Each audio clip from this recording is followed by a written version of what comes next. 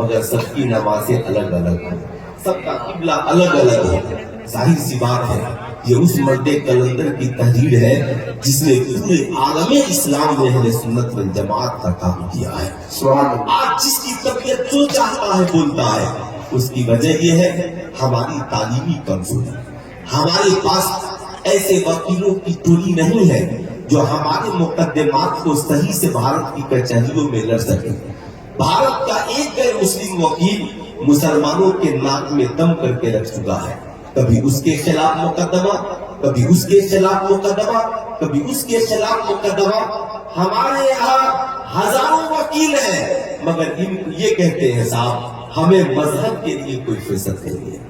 آج وہ بابا جسے چلنے کا شعور نہیں ہے، جسے بیٹھنے کا شعور نہیں ہے، معاذ اللہ وہ کمنٹ کرتا ہے، لکھتا ہے، بولتا ہے، بول رہا ہے کہ دوسرے مذہب کے پاس معاذ اللہ ایک ہی کان لگانے کا ذریعہ ہے، ایک ہی ان کے پاس معاذ اللہ خدا ہے، اور اگر وہ ناراض ہو جائے تو پھر باقی کا فلسطین کا تو کام کسی کے پاس لگے گا نہیں۔ معاذ اللہ ہمارے پاس تو اتنی صورتیں ہیں کہ ان کو کال نہیں تو ان کو لگ جائے گا، ان کو کال نہیں تو ان کو لگ جائے گا، ان کو کال نہیں تو ان کو لگ جائے گا۔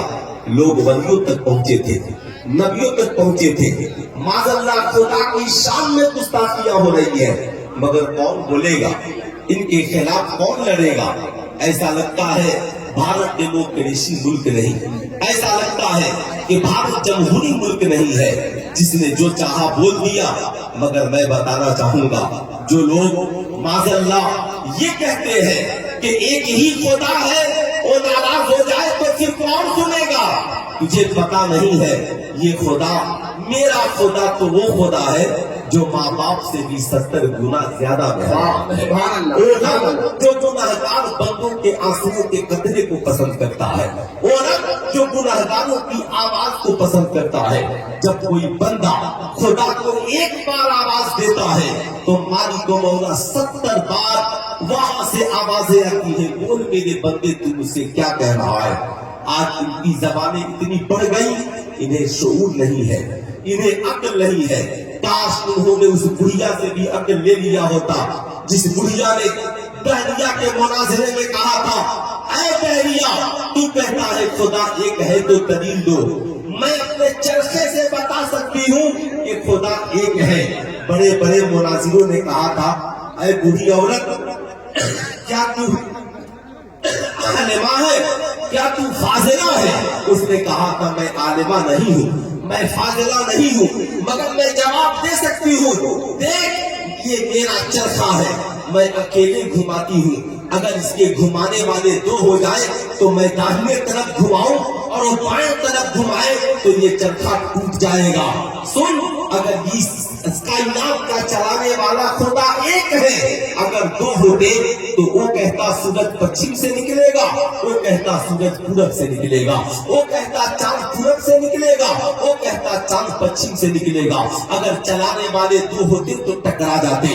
یہی وجہ ہے میں ان لوگوں سے کہنا چاہوں گا جو لوگ معاذ اللہ آج خدا کی وحدانیت کو چیلنج کر رہے ہیں، خدا کو ناراض کر رہے ہیں، یاد رکھنا خدا تو کل بھی ایک تھا، اس جیسا کائنات میں کوئی نہیں ہے، اتنا پاورفل دنیا میں کوئی نہیں ہے۔ کائنات کے سارے بریلینٹ اور عقل والوں کو جمع کرو۔